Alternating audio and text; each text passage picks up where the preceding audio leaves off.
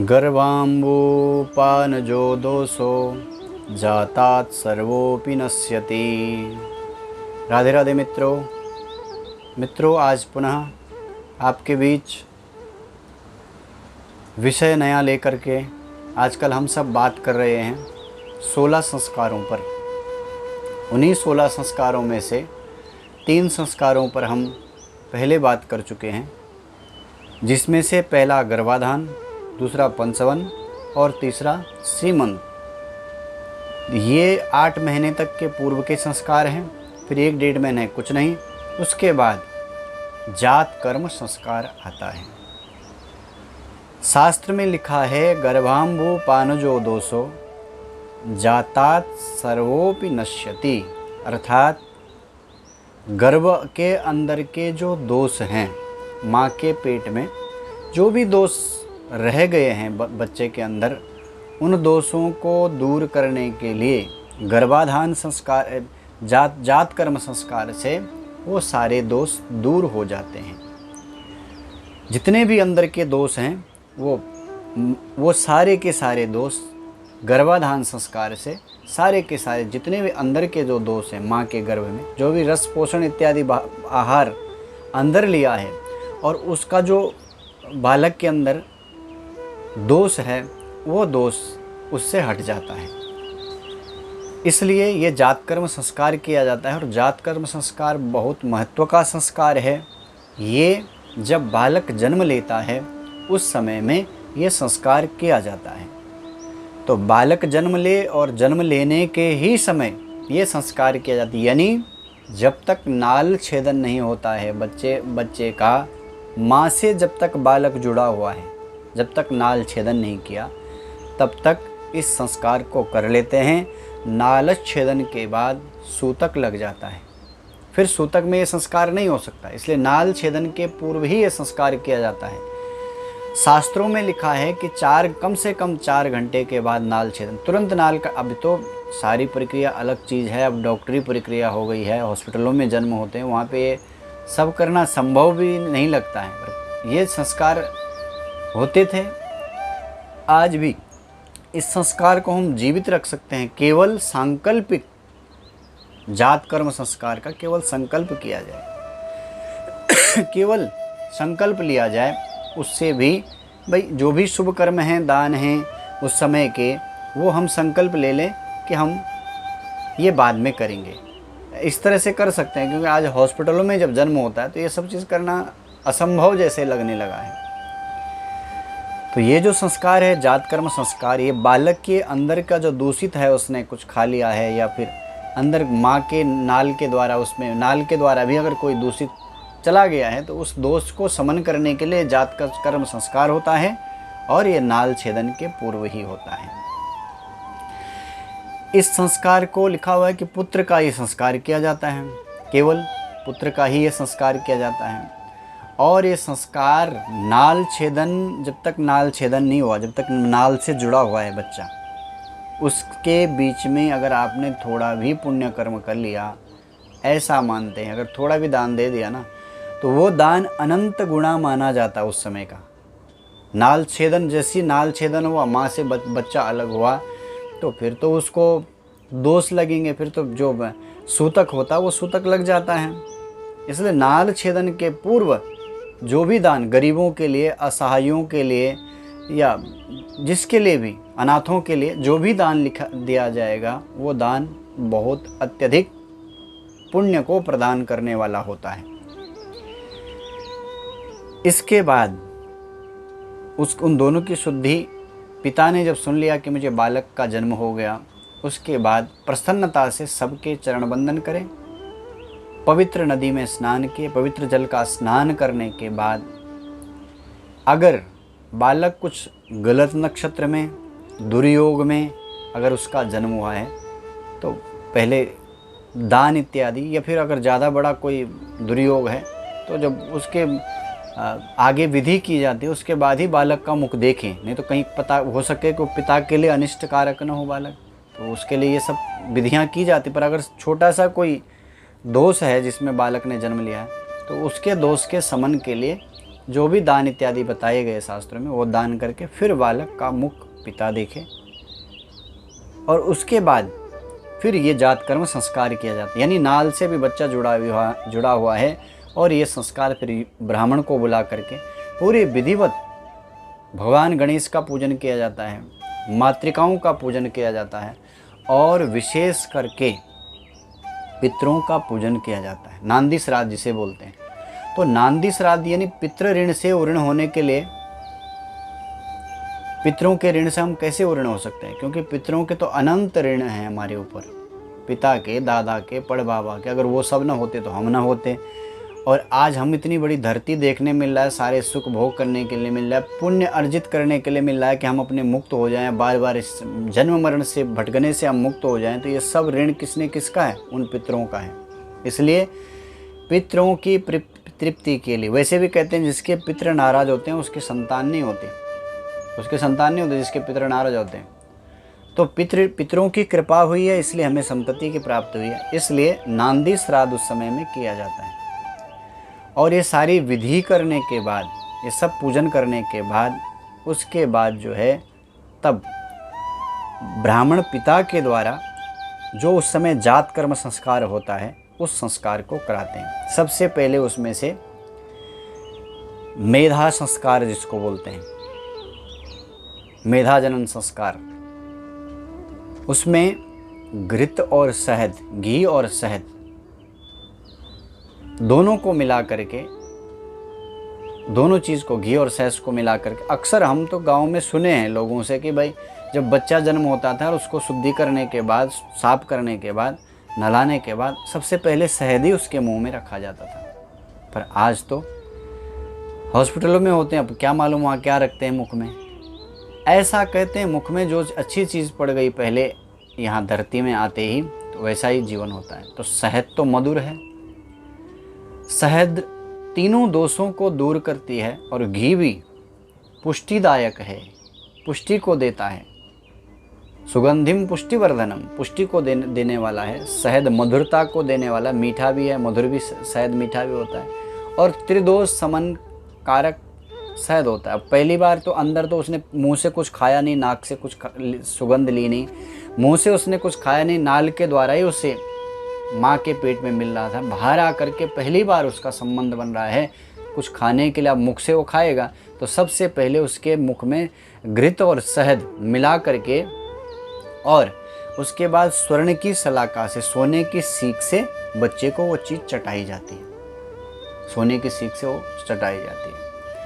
और उसके बाद बालक के जीव में स्वस्ति, ओंकार, कोई ओंकार लिखते हैं, कोई स्वस्ति लिखते हैं, कोई गणेश जी का चिन्ह बनाते हैं। तो ये सब स्वर्ण सलाका से जीवा में बनाई जाती है। ये मेधा जनन संस्कार, इससे बालक मेधावी बनता है, दीर्घ जीव बनता है, आयुष्य वाला बनता है, लंबी उम्र वाला बनता है, और साथ में मेधावी बनता है, ज्ञानी बनता है बालक, मेधा संपन्न बालक बनता है, मेधावी बनता है, जिसको मेधावी बोलते हैं हम। ये मेधाजनन संस्कार है कि बालक के जीव में वो चीज़ शहद और घी मिश्रित करके उसके जीव में उस श्लाका से लिखा जाता है। इससे बालक के अंदर के दोषों का समन और नई मेधा उसके अंदर बनाई जाती है कि ये बालक मेधावी बने। मधुर शहद के द्वारा उसका जीवन मधुर बने, उसकी वाणी मधुर बने, उसका जीवन मधुर बने, और उसके जो दोष हैं शरीर के त्रिदोष, उन तीनों दोषों का समन हो। पहली बार खा रहा तो मधुर खाएगा तो फिर आगे जीवन भी मधुर बनेगा ही। तो इस शहद जो है उस समय में बालक को चटाई जाती है। मनोवैज्ञानिक जो हैं वो मानते हैं बचपन के 5 साल में, जो बचपन के 5 साल होते हैं ना, उन 5 सालों में घर के अंदर का जो वातावरण है, माँ और पिता का जो वातावरण है, घर के अंदर जो वातावरण बनता है, क्योंकि उस समय घर के अधीन है और माँ बाप के अधीन बालक है, इसलिए उस समय बहुत अच्छी अच्छी चीज़ें हमें करनी है, गलत चीज़ें नहीं करनी, हमको अच्छी चीज़ें करनी। माँ बाप के अधीन में बालक बहुत कुछ सीख लेता है। बालक माँ बाप के अधीन में बहुत कुछ सीख लेता है। उस समय का सीखा हुआ वो जीवन भर के लिए होता है। 5 साल के अंदर आपने देखा होगा दादी पाठ करती रहती है, बच्चा घुटन चल चल के वहाँ मंदिर तक पहुँच जाता है और दादी के पास बैठता है, दादी मंत्र बोलने लगती है, तो वो बालक उन चीज़ों को सीख लेता है। और ये 5 वर्ष तक ही ज़्यादा होता है, उसके बाद तो बच्चे चंचल हो जाते हैं, फिर तो दौड़ने भागने लगते हैं। इस समय में माँ पिता ने जो कुछ किया, पूजा किया है, पाठ किया है, यज्ञ किया है, रोज़ माला जप करते हैं या अच्छी चीज़ें जो भी करते हैं, बड़ों का वंदन करते हैं, सेवा करते हैं, आदर करते हैं, सम्मान करते हैं, जो भी करते हैं, बच्चे के अंदर ये संस्कार आ जाते हैं। और इस समय में आपने झगड़े किए, तमाशे किए, घर में कलह किया, ये सब आपने किया, नाच गाना यही किया, डांस किया, तो वही संस्कार बच्चे के अंदर जाने वाले हैं। अंदर गर्भ में तो दे दिए हमने अच्छे संस्कार, लेकिन उसके बाद अगर बाहर के अच्छे संस्कार नहीं मिलेंगे तो फिर वो आधे अधूरे संस्कार हो जाएंगे, वो भटक सकता है। कहते हैं ना, कई के तो मायके के संस्कार कहीं ना कहीं, भले यहाँ दशरथ जी के इतने अच्छे संस्कार थे, फिर भी कुछ न कुछ पुराने संस्कार बाहर निकल आते हैं। इसके लिए उस समय में बहुत ज़्यादा सावधान। और ये जो सब जब संस्कार हो रहा है, जात कर्म संस्कार, तो इसमें विधिवत पूजन होता है, बालक के कर्णों में मंत्र कहे जाते हैं, ताकि उसके जीवन में आगे उसकी बुद्धि का विकास हो, उसकी अच्छी बुद्धि आए, उसके अंदर ज्ञान आए, वो अच्छा बने। समाज में जा रहा है तो उसको ये कान कर्ण में फूंका जाता है पिता के द्वारा कि भैया तू कोई सामान्य जीव नहीं है, तू ईश्वर का है, ईश्वर का अंश है तू। ममैवांशो जीवलोके जीवभूत सनातन, भगवान गीता में वैसे भी करते हैं, हम सब हैं तो ईश्वर के अंश। उसके बाद बालक की जिह्वा पर ओम लिखा जाता है। इसका मतलब ये होता है कि भैया तू आध्यात्मिक बन, आध्यात्मिक जीवन तेरा बने, तू आध्यात्मिक हो, ताकि हम समाज को उच्च से उच्च मानव दे सकें। आध्यात्मिक बनेगा तो तभी तो समाज के काम आएगा। आध्यात्मिक नहीं होगा तो फिर क्या होगा, वो समाज के कहाँ से काम आएगा, वो अपने काम नहीं आने वाला, फिर वो तो गलत काम, गलत रास्तों में चला जाएगा। इसलिए जीव पर ओम लिखने का भाव यही है कि वो बालक का जीवन आध्यात्मिक हो, मधुर जीवन हो। और जब आध्यात्मिक जीवन होगा तो मानव ऊंचाई तक पहुंचेगा, और जब ऊंचाई तक पहुंचेगा तो देश के और अपने परिवार के, गांव के, सबके वो काम आने वाला है। कर्णों में वेदोसी कहा जाता है कि तू वेदवान बन, तू वेद पाठी बन, तुझे वेद का ज्ञान हो, तू ज्ञान वाला बन, ऐसा कहा जाता है कि तू ज्ञान वाला बन। ये उसके कर्णों में, बालक के कर्णों में ये फूका जाता है मंत्र। ये सब कब होता है, जात कर्म संस्कार जिस समय होता है उसी समय में ये होता है कि तू संस्कारवान वाला बन। ये हमारी वैदिक संस्कृति गर्भ के पूर्व से और गर्भ के बाद जब जन्म लिया बालक ने, उस समय में हमारी वैदिक संस्कृति में जब माँ के नाल से जुड़ा हुआ बालक है, उस समय जो संस्कार किया जाता है वही जात कर्म संस्कार है। और ये संस्कार बालक पहली बार धरती पे आ रहा है, इसलिए उस समय में वहाँ की जो धरती है उस धरती का भी पूजन किया जाता है, जिसको मातृभूमि कहते हैं। तो जहाँ पे जन्म होता है बालक का वही मातृभूमि कही जाती है।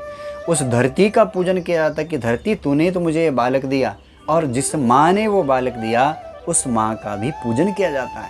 ये सब जात कर्म संस्कार के अंदर आता है। उस माँ का भी उस समय में पूजन किया जाता है। और हमने ऐसे सुना है कि मुसलमानों में भी जब बच्चे पैदा होते हैं ना, तो उन बच्चों के कानों में भी अल्लाह कहते हैं, उन बच्चों के कानों में भी अल्लाह कहते हैं। यानी वही संस्कृति जो अपनी है, यही संस्कृति मुसलमानों में भी कहीं ना कहीं है। वो लोग भी बच्चे के कर्ण में क्या कहते हैं, अल्लाह। यानी यही जो हम वेदों से कहते हैं कि तू वेद है, तू वेद पुत्र है, यही बात उन लोगों में भी कहीं ना कहीं कहते हैं। इसका मतलब ये है कि हमारी जो सनातनी संस्कृति है, वैदिक संस्कृति है, ये संस्कृति सामान्य नहीं है।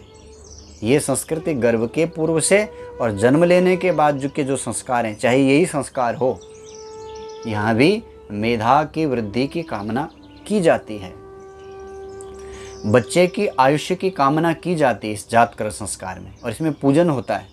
पूजन होने के बाद विधिवत पूजन हुआ, और पूजन होने के बाद नांदी श्राद्ध इत्यादि करते हैं, यज्ञ होता है, उसमें आहुतियाँ अलग तरह की होती हैं, वो आहुतियाँ दी जाती हैं। और ये जो मधु और घृत मिश्रित करके जो चिताया जाता है, इससे आयुष्य की कामना करते हैं कि भाई तू शतायु हो, जब 3 दोषों का समन होगा तो आदमी स्वयं ही शतायु शतम जीवः सरदो लोकेस्मिन, ऐसा मंत्र भी है वहाँ पे, यानी तू इस लोक में 100 वर्ष वाला शतायु वाला हो, ऐसे वहाँ पे कामना भी की जाती है। इस समय में जब जात कर्म संस्कार किया जाता, देव पूजन, पितृपूजन, यज्ञ, इतनी देर में जब तक नाल से जुड़ा हुआ है, उसके बाद जब ये सब विधियां संपन्न कर ली जाती हैं, उसके बाद फिर नालक छेदन होता है और इसके पूर्व एक अग्नि की स्थापना वहाँ पे की जाती। तो ये सब अभी शहरों में तो असंभव सा काम है, पर फिर भी सांकल्पिक विधि से ये सब संस्कार संपन्न किए जा सकते हैं। सांकल्प विधि से ये सब संस्कार किए जा सकते हैं। इसके आगे का संस्कार अब धीरे धीरे, अब तो गर्भ से बाहर निकल आया है बालक, इसलिए अब जो है बाहर के संस्कार हैं, और अंदर अगर सही रूप में संस्कार पड़ गए तो बाहर के जैसे जैसे संस्कार आप देते जाएंगे बालक को, वैसे वैसे बालक मेधावी बनता जाएगा, ज्ञानी बनता जाएगा, वैसे वैसे बालक ज्ञानी बनता चला जाएगा और बहुत श्रेष्ठ बालक बनेगा आप संस्कारित बालक को बनाएंगे तो इसके बाद आगे के संस्कारों की चर्चा हम आगे के वीडियो में करेंगे। शायद आपको अच्छा लगे तो शेयर ज़रूर कीजिएगा, ताकि हमारे जो 16 संस्कार हैं ये हर घर तक, हर व्यक्ति तक पहुँचे। वैसे किताबों के माध्यम से आपने शायद पढ़ा भी होगा, पर उन किताबों से, बहुत सारी किताबों से बहुत सारी जानकारी को कम रूप में ला करके मैं वीडियो के माध्यम से आपके बीच में भेजने की कोशिश कर रहा हूँ। शायद आपको अच्छा लग रहा हो, अच्छा लगे तो शेयर ज़रूर कीजिएगा, और पुनः बहुत जल्दी नई जानकारी, आगे का संस्कार लेकर के आपके बीच में आऊँगा। आप सभी को राधे राधे।